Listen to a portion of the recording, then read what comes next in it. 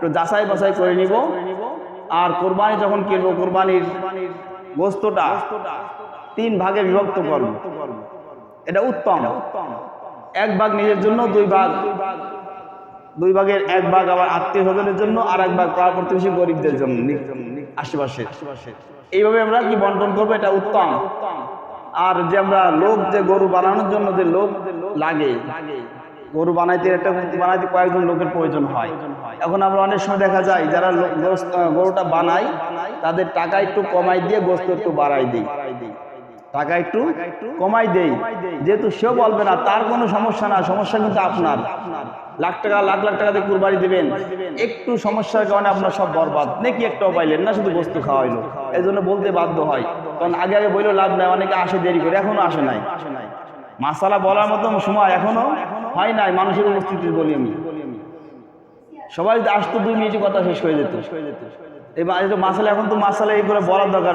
অনেকে এখনই পশু কিনতে যাবে, গরু কিনতে যাবে, খাসি কিনতে যাবে, মাসালা দিন আর বলার সময় কই। তারপরে এখন বলতে হয়, সময় শেয়ার কারো বলে দেই যে যারা গরু বানাইবে, যারা জবাই দেবে, এইসব যে এটা একটা পারিশ্রমিক হিসেবে যেটা দেওয়া হবে, এটা সম্পূর্ণ আলাদাভাবে। গোস্ত দিয়ে এটা পারিশ্রমিক যদি দেওয়া হয়, সব বরবাদ হয়ে যাবে। আল্লাহ রাব্বুল আলামিন আমাদের সবাইকে সহি নিয়তে ইখলাসের সাথে কুরবানি যারা করবে প্রত্যেককে দেওয়া তৌফিক দান করুন। আর আগামীকাল আগামী রবিবার ফজর থেকে, অর্থাৎ 9 জিলহজ থেকে শুরু হবে, ফজর থেকে তাকবীর তাসবিহ, আল্লাহু আকবার আল্লাহু আকবার, লা ইলাহা ইল্লাল্লাহু, আল্লাহু আকবার আল্লাহু আকবার, ওয়ালিল্লাহিল হামদ।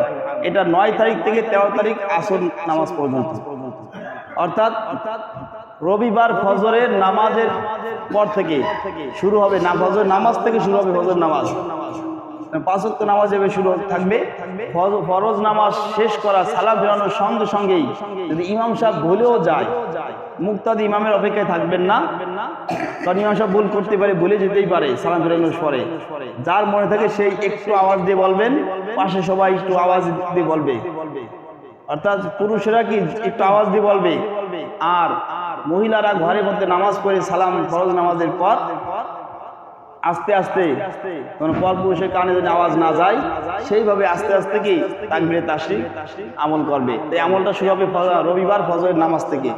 আল্লাহ রাব্বুল আলামিন আমাদের সবাইকে আমল করার তৌফিক দান করুন। আমিন। আলহামদুলিল্লাহ।